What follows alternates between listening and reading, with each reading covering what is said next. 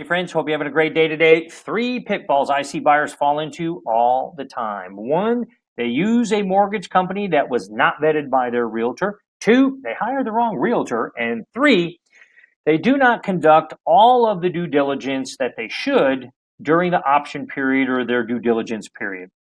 And this applies to first-time buyers, uh, uh, multiple buyers, repeat buyers, price points of all levels, commercial uh, investments, as well as residential real estate investors. It applies to the full spectrum of real estate. I'd like to share with you some tips and some suggestions to help you avoid these pitfalls. First, I'm David Russell with the Russell team, and thank you for watching this video in our video series about buying, selling, and owning real estate. If I can help you, please call, text, or email me. So I think the number one most important decision for you in the real estate acquisition process, again, regardless of what you're buying or how many houses you've bought or properties you've bought, is hiring the right real estate agent or broker. Regardless of how much experience you have, generally, the average investor or the average home buyer does not have as much experience as the experienced veteran realtors. There's just things you don't know. You don't know what you don't know. So number one, hire the right agent for the niche of real estate that you're looking for. An example, if you wanted to buy a high-rise office building in Las Colinas, I'm not your person. There's just too much involved in that process that I am unaware of. I just don't know what I don't know. Likely, on the same vein, if you don't hire a realtor that doesn't know anything about buying and selling lake properties. Have they ever bought and sold lake properties? Do they know about lake properties? Do they know about investment properties? Do they know about home remodeling and flipping? Do they know about land, vacant land, commercial, etc.? Do they have experience in these areas?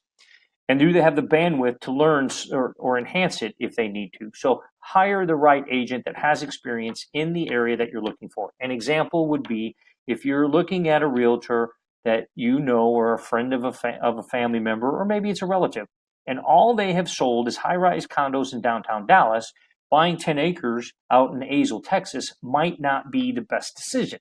So hire an agent that has the experience in the niche that you want. Number 2, the second most important decision is listen to the agent. So often I experience and see clients who don't listen and take the advice of the home inspector, and they don't take the advice of the realtor. And a perfect example of that is going with a non-vetted mortgage company. Your real estate agent is going to have mortgage brokers that they use on a routine basis, and those mortgage brokers want to keep that realtor happy. They want more business, so they're going to do everything that they can do to ensure that your transaction is as flawless and smooth as they possibly can. When you go to someone that realtor doesn't know, there's no vested interest for that mortgage company to do a great job because they have nothing. They lose nothing other than maybe commission in the event that that deal doesn't go through, the transaction doesn't go through. The other component is if they're on salary, oftentimes they really don't care if your transaction goes through. It doesn't mean anything to them. There's another one coming right down the pipeline. It's just pushing paper. So hiring the right agent who will guide you through to the right mortgage broker, and then please listen to your realtor and use them is critical. Okay, very quickly, when you hire the right agent that has the experience in the niches, you don't have the issues on the pitfall number 3. Because if you're looking at homes with cast iron plumbing, they'll know how to navigate those inspections, and they'll know what's good, what's bad, what to avoid when you're looking at the house. Same thing with pier and beam. Same thing with slab on grade versus post-tension slabs. They're all different foundation systems. What are the pros and cons? What are the caveats? What are the pitfalls that you need to be aware of and look for when you're looking at homes with those foundations? A skilled, experienced realtor in those areas that they've processed a lot of transactions with those homes will know what the pitfalls are and how to avoid them.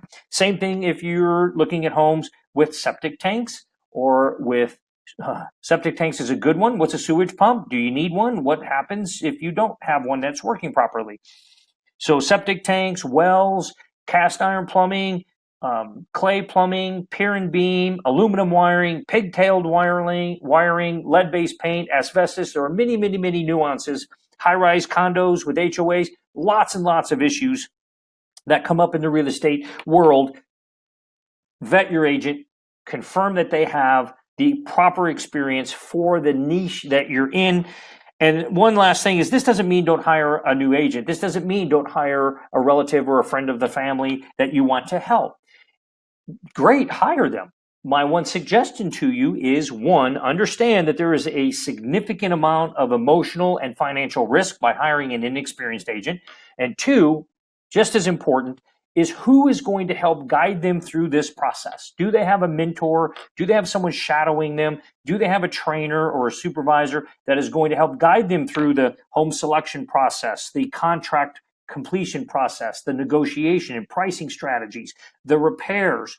This is critical, where I see so many mistakes made with inexperienced agents. They don't know what they don't know, so they don't know what level of due diligence to conduct on a home with cast iron or slab or post tension, et cetera, et cetera. So if you're going to use a less experienced agent, they all need a break. We all had breaks when we were young in our careers. Great. Just confirm who is monitoring that, who's guiding them, who's helping them. I would be very cautious about proceeding with an agent who has no transaction experience, has no one overseeing them and shadowing them in the process. I would be very, very leery of that, just because of the risks involved to you financially. Yes, you could sue the realtor, and yes, you could get 3 times damages, but do you want to go through that hassle, and do you want that emotional turmoil of having to do that? And I have seen family members sue family members because the realtor didn't know what they didn't know, and the acquisition was made that shouldn't have happened. Due diligence was missed. And that applies to cast iron plumbing and all the other topics that I mentioned today. So vet the agent. If you vet the right agent and you've hired the best that you can hire, and you got to be comfortable with them, but they also have the right amount of experience.